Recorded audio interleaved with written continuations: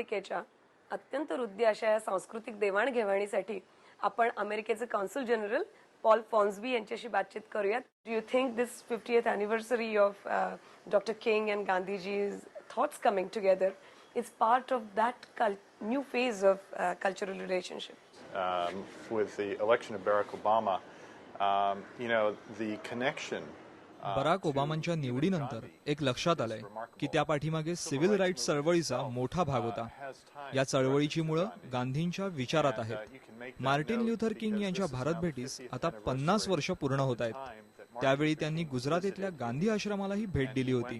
अमेरिकेतल्या civil rights चळवळीचे नेते काँग्रेसमन लुईस हे मार्टिन ल्युथर किंग यांच्या मुलासोबत भारत भेटीस आले आहेत.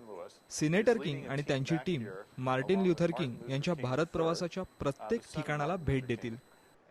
या प्रवासात भारताबरोबर आणि भारतीय समाजाबरोबर ते नव्या सांस्कृतिक नात्याची पायाभरणी करतील.